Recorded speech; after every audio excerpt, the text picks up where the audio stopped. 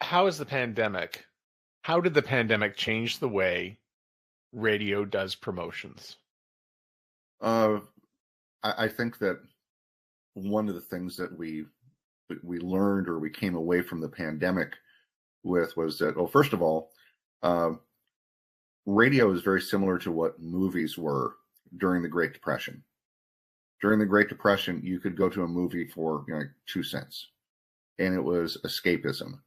So the stations that got into the theater and giving listeners a place to go to escape all the bad news. One of the stations did a version of The Fugitive, but they did it, online or digitally because they didn't want people going around and approaching each other. And he came back, the program director came back and just said, I think people are just, starved for entertainment. And then one of the other things that we learned was that brackets can work outside of March. Everybody always does some kind of bracket from March. Well, and especially the Beasley stations have weaponized or revanized brackets. And brackets are all based on kind of social media topics. If you get on Facebook and say, well, I think El Loro is the best Mexican restaurant in the Twin Cities, you will have people who will agree with you, and then you'll have people who will attack you, think you're an idiot. So brackets based on food. I know that Odyssey in St. Louis did it as food fights, where every week it was a different genre of food. What restaurant has the best wings in St. Louis? What has the best Chinese food? KYXY in San Diego did for back to school. They did, and I had actually tested this on the Facebook community for my suburb where I grew up. And I was discussing about, what the best school lunches were. And we had this thing called a toonie, which was kind of a hot dog shaped thing of tuna. It was really awful. So I went on, on social media and tested it as a topic, and it just exploded. I mean, that was 3 years ago, and people are, well, once a week, somebody will still comment on it. And that's something that you don't get with Cardi B's new fashion, statement has people talking, all this wallpaper social media stuff. So what KYXY in San Diego did was they did a school lunch bracket, which were school lunches that, their 42-year-old female listeners would have eaten when they were going to school in San Diego. It was sponsored by a grocery store. Random people got gift cards to the grocery store, people who had voted. And then Rob and Joss, the morning show, then tried to recreate one of these dishes. For back to school last year, they did a back to school fashion bracket. It was clothes that their listeners would have worn when they went back to school. I'd never heard of jelly shoes, but I think we could come out of the pandemic with knowing that kind of stuff will work, that, theater of the mind and fun, people are, radio is a game show. And if Monty Hall had just had people sit in their seats and enter emails, it would have been canceled about 10 minutes into the first episode. And we saw that, I think, with Taylor Swift, where there were stations that just had people, enter their emails, and they got nothing from it. And then he had stations that dared to have actual fun with Taylor Swift, and it just exploded. I mean, Taylor Swift is the biggest ticket that I can think of since New Kids on the Block. And I base that on just back in, NKOTB in like 1990, just all of the weird phone calls and letters that I would get from people with, these dramatic stories why they needed New Kids on the Block. You get the same stuff with Taylor Swift. So if you have a pair of Taylor Swift tickets and you just do some kind of digital entry, you are wasting $1 million prize. By the way, I want to thank you for the Monty Hall Canadian reference. Absolutely. We love that. There's a great Jimmy Buffett song called Door Number 3 that I would like you to listen to when you're done. I'm sure that it's on YouTube somewhere. I might just slip it in right now. Okay, there we go. So the brackets concept is not new. I did it back in 1994 we had no internet back then, so people had to phone in their vote to Right. register to do that stuff. 2002, I ran it again. I said, oh, we can do this now with the internet. And so this really does seem like a wonderful match, because we can incorporate this with our online products. We can incorporate it on the air. But I think why it has done so well, and especially post-pandemic, is because it's a way to channel all of our shared experiences. And I think if it's Absolutely. one thing we just don't have anymore in, in radio, is it's harder to find and galvanize all those shared experiences. But this seems to do it right down to the school cafeteria. Oh, absolutely. I mean, the Beasley stations, it's pretty much all about food. The best cheesesteak in Philadelphia. Tampa did food truck wars, and it was their biggest, they pulled the biggest numbers of any of their contests with food truck wars. Is it food because everybody eats? I think it's food because people have strong feelings about it. If you got me going on bratwurst, I would go for an hour. Okay.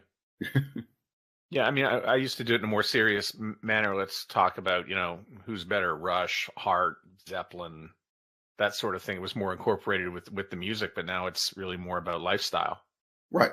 And, the other thing that, we did prior to the internet was Match Game, which was always a great contest where you would have a grid of, 50 numbers, and you would call in and try to match, I'll take number 2 and I'll take number 13. Well, behind number 2 is, a pair of tickets. Behind number 13 is $5.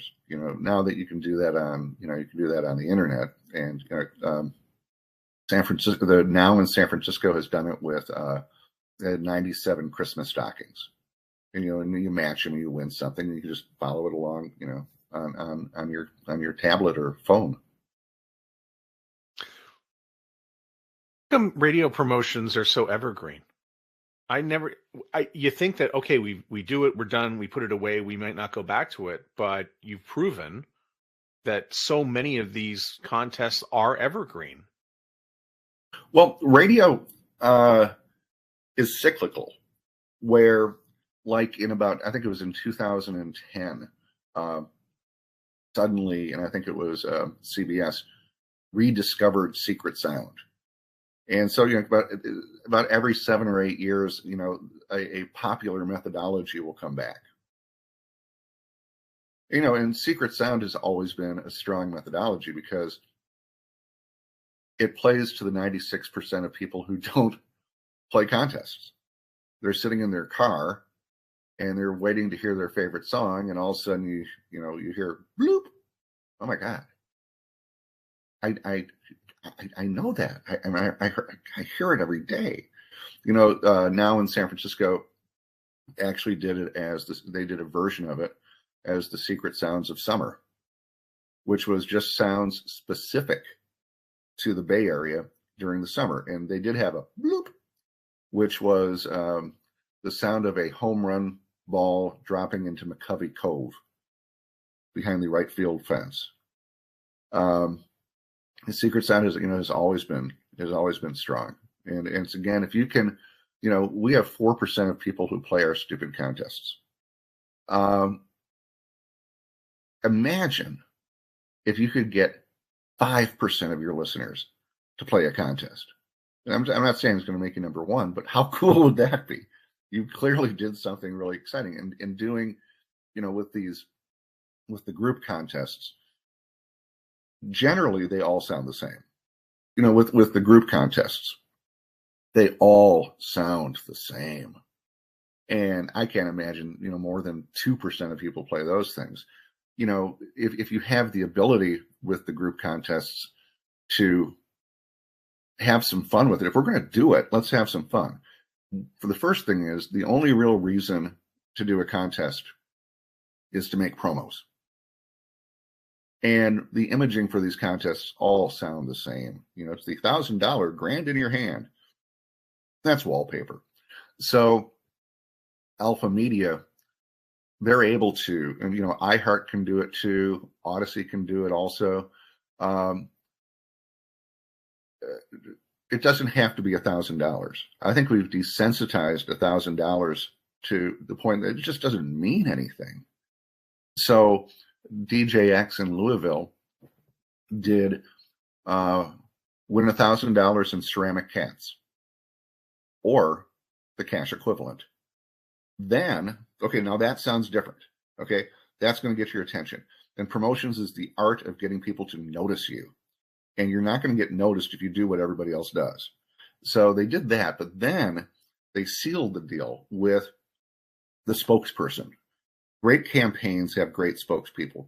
Progressive would just be another insurance company without flow. Their spokesperson, it was voiced by a woman named Laura Daniels, who is with Cumulus in Buffalo, New York. And Laura's just a little crazy, which is why she's so good. And so she was Eustace T. Ungerman, who was a crazy cat lady who lived in a retirement home, and she had over 8,000 cats. And she was so excited about this contest. And Laura gave her a little bit of a lisp. So she Eustace K. Ungerman, and people love my ceramic cats. And they pulled the highest numbers in alpha with that, just by doing something different. Wild in Tampa just did win $1,000 in tacos, or the cash equivalent. Who's going to say no to $1,000 in tacos? If I won $1,000, I don't know if I would tell anybody, but if I won $1,000 in tacos, it's such a great conversation starter. Oh, absolutely. Win $1,000 in beer. I remember one of the new cap stations, I think it was in Edmonton, was going up against a station that was doing $5,000 a week. Well, they had $2,500 a week. So what they did was they just framed it as, we did the math, $2,500 was gas for a year. Holy crap. Everybody needs gas. It was the same thing where the station in Greensboro had $300 a day to give away. And $300 is just kind of a weird number. So we did the math and figured out that $300 would buy school lunches for a year. And it blew the phone system out. Because what parent isn't going to want to pay for all their kids' school lunches for a year? It sounded way bigger than $300. So 4% is sort of the number that you've arrived at where people might play a contest. But when you say playing along, is it, being willing to enter, or just play along, I'm listening in the car and I'm actively going to tune in? You're more likely to actively tune in or participate if we can, first of all, get you to listen to it. I had a fairly mind-blowing experience. Cities 97 in the Twin Cities was doing Secret Sound. I think it was like a year ago. Yeah. And I went into the little bank in this town that I live in. And there were two women who were working. It was Anne and Rachel. And I walked in and they kind of turned and went, shh, and they were huddled over the radio, and they both had their phones out, and they were trying to play, Cities 97 Secret Contest or Secret Sound. And Anne had her phone out and had all of the previous guesses. So they were listening and they were trying to call. When was the last time that you walked in on people trying to play a contest? I was like, you wouldn't, if it was the $1,000 grant in your hand 18 times a day, nobody's going to be going, hey, shh, trying to text a code to a national number. What radio were they listening on, or what was it? A device? Was it a Google? No, it was a device, but then they both had their phones out too. Excellent. Yeah. So when it comes to a promotion, how does everybody want to measure the ROI? Is it website hits? Is it what we see in the ratings? Is it what we see online and social? Is it a combination of it all? It's a combination of it all. And again, every company has different priorities. Some of the companies, just don't care if they get, ratings out of it. They want to collect email addresses. So that would be their gauge or their criteria. I'm old fashioned. I would like to have people listen to the radio and be recognized or rated or surveyed on that. You know, NBC, my broadcasting in Ontario, they just did The Fugitive, and one of their damn it. Oh, I know what it was. It was one of the clicks. It was people going to the website to look at evidence. And in a market of, I think it was 70,000 people, they had 160,000 clicks in a week. People like that. I mean, that's great. If you can get people to, visit your website repeatedly over and over the course of the week. And people aren't going to do that for updated celebrity gossip, Selena Gomez says that, fame still can't get her to eat artichokes. Nobody cares. It's so strange that the celebrity aspect of radio still exists, and it's being cranked out more than ever. But you and I are both sitting here, and we know it is rather valueless. There was a station in a really, really, really, really big market, and they rebranded, and the format stayed the same, but they just changed the moniker. And for, I think it was 6 weeks, I was using Facebook. In 6 weeks on Facebook, there was not a post that mentioned the city, that referred to the radio station, that referred to a contest, referred to a personality. It was all pop culture crap.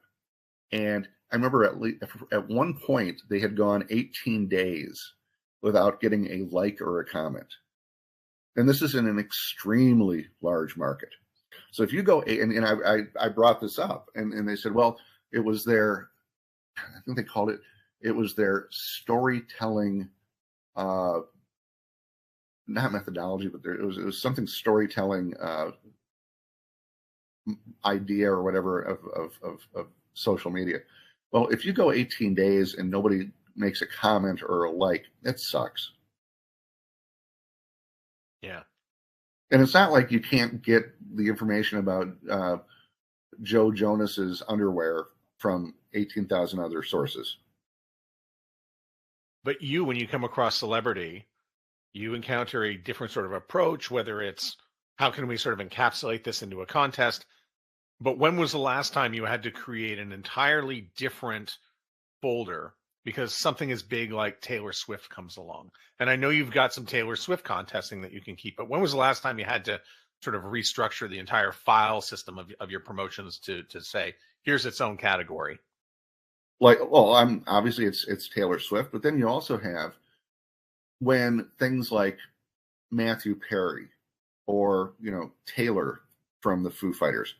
I think actually Taylor from the Foo Fighters is a perfect example because it's a beloved artist and everything. And it was a very sad story.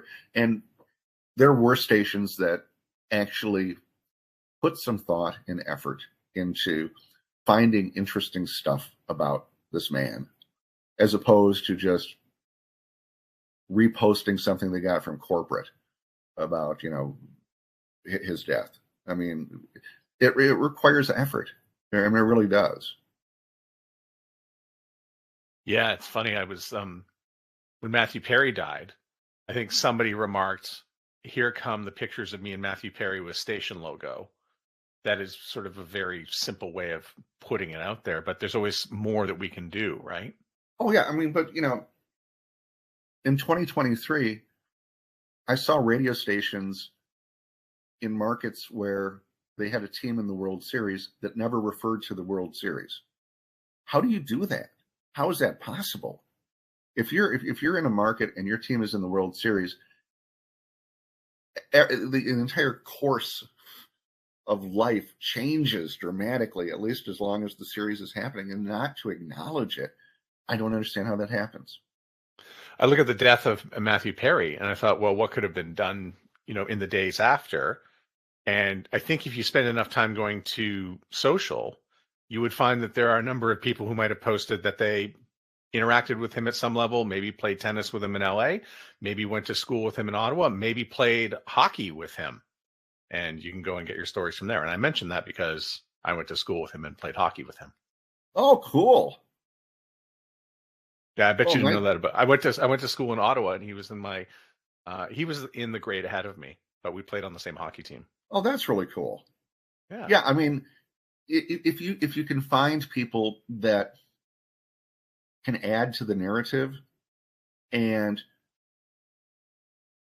flesh out this person, who they were, what were they like growing up, and all and what were the great things that they did, and it can be more than just a picture. Yeah.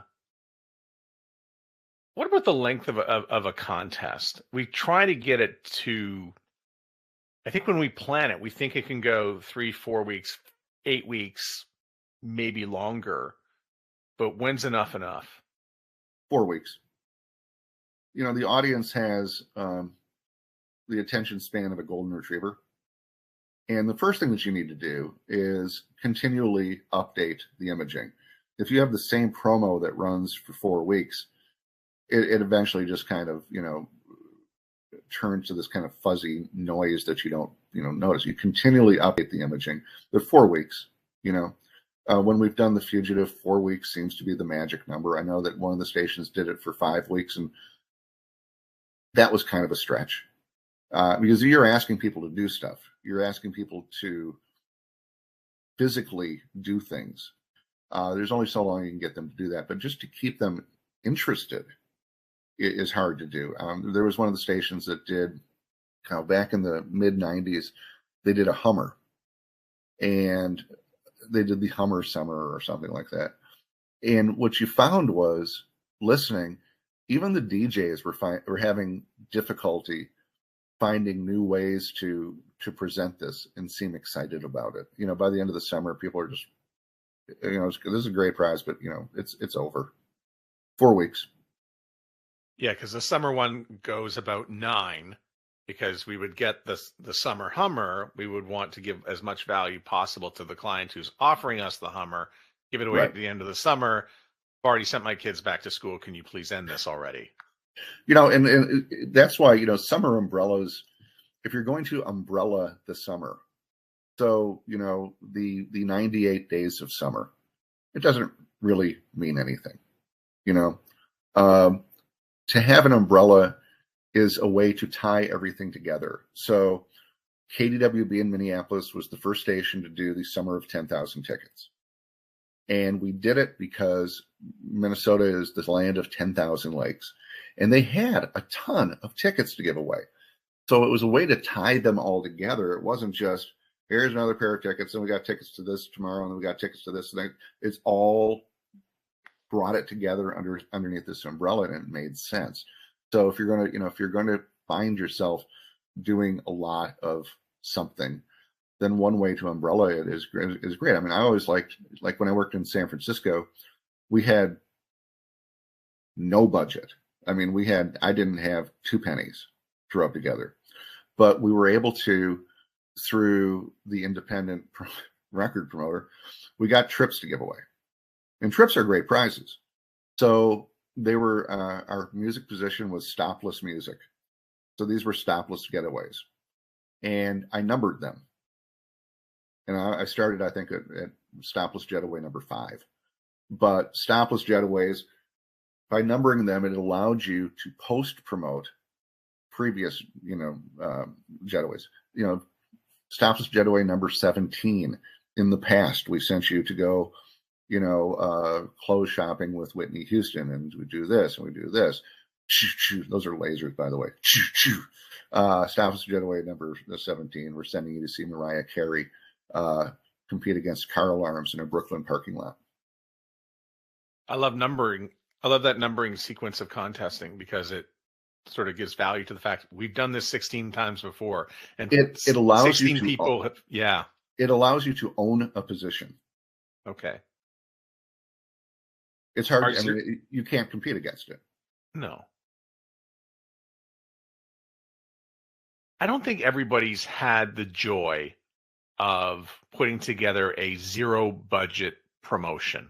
I know we think a lot of people have zero budget, but they don't bother to put together the promotion.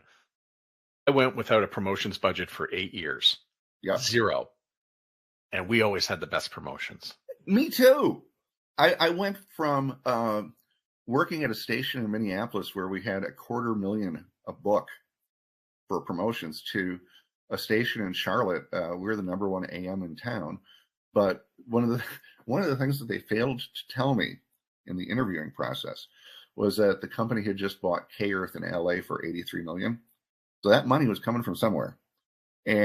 But we just took everything and looked at it from a dozen different angles and went, okay, we have, one pair of tickets to the Southern Women's Show. What can we do with this? We built methodologies based on the prize. What can we do with this? What can we do with this? We just took everything that came across our desk and exploited it. And that was the same thing in San Francisco. I mean, I had less money in San Francisco than I did in Charlotte. We did great promotions because we had to. We had no choice. I've seen stations, you don't see that very often anymore, where they have almost like too much money, where it was just throwing money into the wind. It didn't mean anything. It wasn't effective. It was just exploiting or trying to let me start over. I've seen stations that just had, or it's been a while, but I've seen stations that had just had like too much money, and they weren't doing anything with it. It was just lots of cash giveaways. Well, I don't think any innovation is born out of having too much money. No, it really requires you to sit down and go, okay, Christmas is coming up. You can't miss Christmas. What can we do with the very few resources that we have? Well, I'll tell you what we can do. We can call around and get some Christmas trees, because you have all these Christmas tree lots, and they would probably love to give you a couple of trees for promotional mentions. Great. Now we have 6 Christmas trees. What can we do with the 6 Christmas trees? And I'm very Hallmark holiday obsessive, because, I mean, I've seen stations that, and when I say miss, I mean, there was no acknowledgement on social media or in imaging or in morning show features or anything about Halloween. How do you miss Halloween? There's a great Michael Martin line. You know Michael with Odyssey? Yes. Michael's great, and one of the stations missed Valentine's Day. And I mean, there was just nothing. There was no reference to it, nothing. And Michael's line was, well, I can understand how that happens. I mean, they keep changing the date every year. Last year, it was the 16th. The year before, it was January 31st. If they could just settle on a date, then it would be easier. You have to acknowledge these things. I remember there was a station in Chicago that I told somebody, I said that if there was an earthquake in Indiana, fell into Lake Michigan, this station wouldn't change their course or direction or acknowledge it, because this is our game plan and this is what we're going to do. And they had started this contest. It was so confusing. I actually shared it with Michael Martin, and I said, how do you win this? Because they changed the times every day, they changed the amounts and everything. So this is going on, and there was a teacher strike that hit, and I think it was something like 400,000 families were going to be affected by this. And I said, what if you suspended the contest and said, we're going to take this $500 and break it into $100 amounts, and we're going to pay for your babysitting or your childcare. And you would have thought that I'd suggested putting kittens in a blender. It's like, oh, wait, oh, no. And plus they had a 50,000 piece direct mailer to support this contest. 50,000 pieces in Chicago? So, I mean, it was just, you have to be able to change directions when it calls for it. I mean, I've often referred to radio as being a football game. And every day is a series of plays. And no quarterback in football goes out onto the field and goes, okay, here's every game, here's every play I'm going to run for this game. Because if you go out there and the defensive line are all 900-pound meth heads, you're going to need to change the game plan, or you'll end up being fed through a tube. So there are going to be times when you'll want to change the game plan because something bigger comes along. And sometimes these are not happy things. This could be a school shooting in your market. It could be an earthquake or a tornado or something. If there's some similar calamity or disaster that happens in your market, you need to acknowledge it. You need to do something with it. You know, we have these silly things called licenses where we're allegedly supposed to care about, you know, the welfare of our audience. You know, it's great radio stations always have the radar up. They're always looking for things. You know, there's a guy named Joe Bell, who is the market manager in Philadelphia. And there's another guy named Dan Seaman. Dan is with Hubbard in the Twin Cities. Both Joe and Dan are always, they got the radar up. What are people talking about? Oh, the lottery is going to be $1 billion. Well, we need to do something with that. Dan, they had a thing in the Twin Cities where, and this came up at just a meeting. They do these little meetings where just you get together and you talk about what are people talking about. And one of the salespeople said, well, what people are talking about is that lives in Stillwater. And she said, out in Stillwater, there was a young man. He was a senior in high school and he was dying of cancer, but he was a songwriter. And his goal before he passed away was to record his songs. Whatever could a radio station do with that? The song went to #1 on Spotify. It was turned into a movie with Canadian Neve Campbell as his mother. They do it. His album was called Clouds, and his name was Josh Sobiak. And every year since his passing, they go to Mall of America and they do a choir concert with 5,000 volunteers in the rotunda of the Mall of America singing his songs. It's a beautiful event. And it's something that most stations would have missed just because, you know, we got other stuff going on. No, sometimes, you know, nobody 25 years from now is going to, you know, be having coffee with you and go, you know, I remember the time you did the $1,000 grant in your hand. Wow, that was wacky. No, they're going to remember the time you were real and in the moment.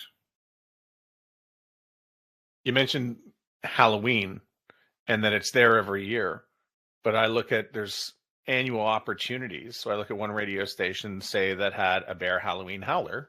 The Bear in Edmonton would have a rock concert and they would give away the tickets. Something like The Simpsons goes off-brand and does a different episode, The Treehouse of Horrors. Right. Which has nothing really to do with The Simpsons. It's just their twisted mind. They use the characters, and the characters all become very evil or zombies and whatnot, and there's horror and blood. And what is I like this? the aliens who look like octopuses. Oh, they could have qualified for their own spin-off. Oh yeah, absolutely. Yeah. But those are annual opportunities you can build into the calendar. You just need to hit the event once and get Valentine's Day right, get Halloween right. Could be Easter. It could be anything. Well, one of the I'm gonna forget his name. His name was John. I know that, and he worked with NewCap out in the Maritimes. And you know, Google has turned out to be a marginally successful operation. I still think they're a fad, but you know, but Google will change their image, you know, every day. Yeah. If it was Rosa Parks' birthday, they'll change it. You know, if it's Irish Independence Day, they'll change it. So what John did was he sat down and identified 33 Hallmark holidays and created logos for each of them. So the NewCap stations could, for St. Patrick's Day, pick one of 3 logos to use. I mean, that's one thing that you could, you know, a Hallmark holiday doesn't necessarily have to be a certain day. It could be an annual event like back to school or something. Yeah. I know you've worked with the NewCap and now Stingray stations a lot, and People are wondering, well, why is that? But very simply, that company is in some of the most competitive markets in Canada: Edmonton, Halifax, and your regular promotion is not going to work. And it's, to your point and what you mentioned, we get $300 a day. What can we do with that? So you have to take the promotion and elevate it. You have to elevate all the parts in order to be competitive, especially when there's a lot of radio stations around you, also with more budget in the promotions game. Yeah, I think that I have been working with somebody with a station for a long time, and the franchise at the station is the morning guy program director, and he's kind of had the life beaten out of him. He's gotten told no so many times that why even bother? Why try? I look at, excuse me. I've never been afraid to pick up the phone and call people and just say, hey, would you want to partner us? Whenever we hire promotion directors, I always ask, what promotion have you always wanted to do? You're now the new promotion director at KMAT. What do you want to do? You're now in this, you can do whatever you want. Maybe you'll have to get creative, but you can do whatever you want. What do you want to do? Great people usually have dreams. I'm not referencing myself or referring to myself as great, but I'd always wanted to fly a plane load of people to Disneyland for the day. Leave at 6 a.m., come back at 10 p.m. That was my goal. And whenever I had time, whenever I had 5 minutes, I'd pick up the phone and make a phone call. It's like a slot machine. If you pull the handle enough, you might get a payoff. And when I was working in 3 stations down the line, I was working in San Francisco and made a phone call. And guess what? KTVU Channel 2 had just entered into a partnership with Alaska Airlines, and they were looking for something to do, which we flew 2 planes of listeners and viewers from KTVU down to Los Angeles for the day. You left at 6 a.m. I mean, it was just great, and the total cost was $0. If you make enough phone calls, eventually you'll get put through to somebody who can go, hey, you know what? We were looking to do something. If someone says no, you're speaking to the wrong person. Yes, absolutely. I just saw a great, oh, never mind. Go ahead. There was a great Sally Field quote about her first manager saying that he didn't think that she had what it took to be in the movies. So she said, okay, you're fired. There you go. Perfect. Do billboards still work? And I mention that because we've referenced the new cap station, I think K97 in Edmonton, for years and years and years, and later Q104 in Halifax as well, with the outlandish billboards. Yeah, it's again, what do you do with it? If it's just a music position, probably not. I know KGGI in Riverside, that station was just a monster. I can't possibly impress upon you how huge of a radio station that was. So with their billboards, they put mannequins on them that looked like they were dancing, and they would go up every couple of days and move the mannequins around. And they eventually had to take them down because the highway patrol said people were slowing down and it was dangerous. But I thought the dancing mannequins was great. Did you ever see the Ugly Kids billboards? Yes. Yeah, the Ugly Kids billboards. Ugly Kids become radio DJs. Y94 in Fargo. Have you ever done the bit where you flip your billboard upside down? I've seen people do that. Yeah. It used to be something that you would do like almost as a good luck charm. When you did an outdoor campaign, you'd put, 50 or 100 boards, you put one of them upside down. And it's the Marshall McLuhan thing, where another great Canadian. It's not the message, it's how you deliver the message. So turning the logo upside down will get people to call the radio station. Getting people to call the radio station is never a bad thing. Then you look at electronic boards. So when Trump said Kofefe or something like that, Yeah. K-Hits in Sacramento on their, coming up next, every third song was called Kofefe. My Talk in the Twin Cities, which again, this Dan Seaman guy, who is great. They've used the electronic boards. I mean, they will, like when Ed Asner died, you have to be from the Twin Cities to truly understand Ed Asner and the impact of the Mary Tyler Moore Show, because we were a cold Omaha before Mary Tyler Moore came around and acknowledged that we existed. So Ed Asner's death actually was something that here in the Twin Cities hit home. They had a really funny board up with, it was just an outlandish photo of him, but we'll miss you, Ed, or something like that. They did it with Betty White. There was an Olympic medalist who was from St. Paul, and the day that she medaled, they put it up on the board. I mean, the electronic boards are fantastic, and they'd use them great, and they are on it fast. That's right. And speaking of it, Minneapolis does this better than anyone else, because I do remember, and I think it was 107 in Minneapolis that did this with The Bachelorette. And The Bachelorette was from Minneapolis at the time, and they could use the electronic boards to reflect what had happened on the show. Right. That's Dan Seaman. Yeah. I remember seeing that. I think that's brilliant. Yep. No, if you're going to have this stuff, if you have the luxury, if God has reached down on high and bequeathed you with electronic boards, and for God's sakes, do something fun with them, as opposed to just putting up your music position, because nobody cares. I used to, when I worked with stations in Huntsville and Birmingham, do that drive. And it's about 100 miles, and it's nothing but outdoor, nothing but billboards. I refer to it as outblur, because it was just, they all blurred together. And I was doing the drive, and up ahead, there was a bird on one of these boards. And as I got closer, I thought, that is the world's, Jesus Christ, that's a big bird. That's like a dinosaur. No, it was a guy who ran a mini storage unit in some little town in Alabama who put a giant eagle on top of his billboard.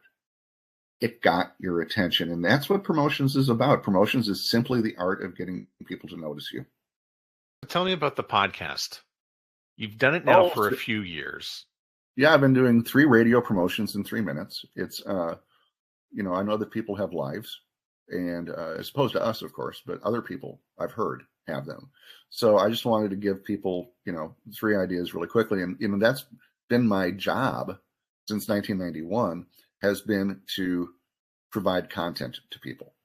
And I was always of the artillery barrage theory of promotions, where you would have the annual meeting with the theme park, and the agency would fly in from Atlanta, and every radio station within 150 miles would get their 8 minutes with the ad agency, and they would come in with their 3 ideas.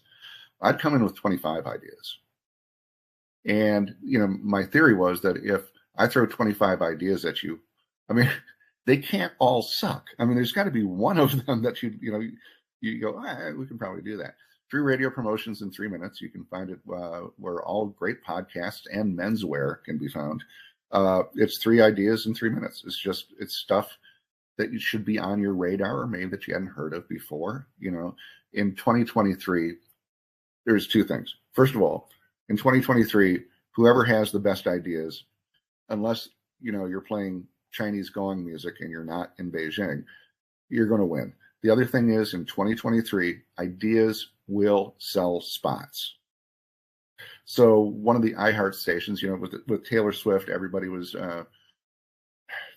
there were some stations that did really good stuff. I was kind of disappointed, but they took a version of the black box, which was the hidden item inside of a trunk of a car. And you had to identify this item based on sound effects. And it was, they sold it to a car dealer for $100,000. That's good. Oh, yeah. Yeah. And so, like Beasley in Las Vegas, the sales manager had heard from somebody. There was a chain of auto body or collision repair places, and they didn't advertise on the radio. We don't advertise on the radio. You have to say it in that kind of tone. We don't advertise on the radio. Kind of like you would refer to your nephew, the pedophile. Our nephew, the pedophile. So, but they had been told that they did like creative stuff. So, what the hell? Let's come up. Let's just see what happens. So we came up with 3 ideas, and they bought 2 of them for a significant amount of money. So ideas can turn people from being, scoffers to advertisers. And what was great was that the competition, I think, lost their mind because, well, they don't advertise on the radio. Well, that's because you didn't bring them good ideas. And one of your great ideas that I heard in a recent podcast episode was to offer a seminar to people on how to create a good sounding podcast. And from that, you could parlay future clients into your ecosystem of advertising. Well, you know what? I mean, it's like my friend Todd manages a golf course. And we were talking about, and his passion has always been golf. I mean, he's always just been a golf nut. And he had this idea for a podcast, that would be for golf enthusiasts or something. I forget, the whole idea, but it sounded really good. But he was like, I don't know how to do a podcast, and I said, you need a microphone. And then you come over here and I'll show you how to edit it. I mean, if I can do it, there's no doubt that you can do it. But for the average person out there who listens to podcasts and consumes the content, doing a podcast seems really intimidating. So they actually, Max Media in Denver gave away a podcast where somebody got, they got the microphone and then they got through their, our friends at such and such client, they got the training. It's a hell of a prize.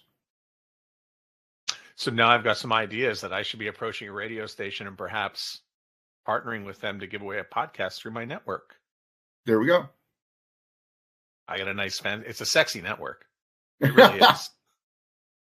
You can hang out with all the stars. There we go. Yeah, I mean, I just, I've all the ship may have already sailed, but I've always thought that creating a community radio station just for high school students, where they would come in and they would be the staff. When I was in high school, I wrote for this thing called the Metro Student News. It was a high school newspaper for every high school in the state of Minnesota. And who was one of the other writers? I mean, it was Dan Wilson from Semisonic. And that's right. For Adele. He used to write concert reviews. I remember I found one of these things from like a long time ago, and he was he didn't think that Springsteen, had a long career ahead of him. So I thought that was kind of funny. But the Metro Student News was great. It was, a couple dozen kids from a bunch of high schools who wrote this thing. I think having a radio station just for kids would be fantastic, just for high school students. It would be the same as like a college radio station. I think that's probably I think they would be very much attracted to the format of that sort of station, more so than what they're being served up by commercial radio today. Oh, no question. And I mentioned that because my son is doing that. He's talking about what he wants to talk about, and he's doing it on community radio. I think that would be, there's one of there used to be high schools that had radio stations, and I don't think any of them do anymore. But I think it would be a great way, first of all, to find your stars for 5 years from now. And also to, it's the same thing that when you have high school cheerleaders on the air, like on Thursday afternoon or Thursday evenings, you're going to have every kid at that school tuned in. Okay. So if you had a radio station, and these kids themselves would be the influencers and would be marketing you and their little college or high school radio station, I think it would be great. Paige, it's so good to see you again. How can we work with you? I gather in Canada, you just signed on with Orbit. Yes, started working with them on barter, and they're really cool and fun to work with. And if you have any questions about me and what I do and why I do it and how do I pronounce my last name, you can email me at Paige Nienaber. It's pronounced like it's it's spelled like it's pronounced or sounds. PaigeNienaber @gmail. Love it. Paige, so good to talk to you and hope to see you again in the near future. Thank you very much, sir.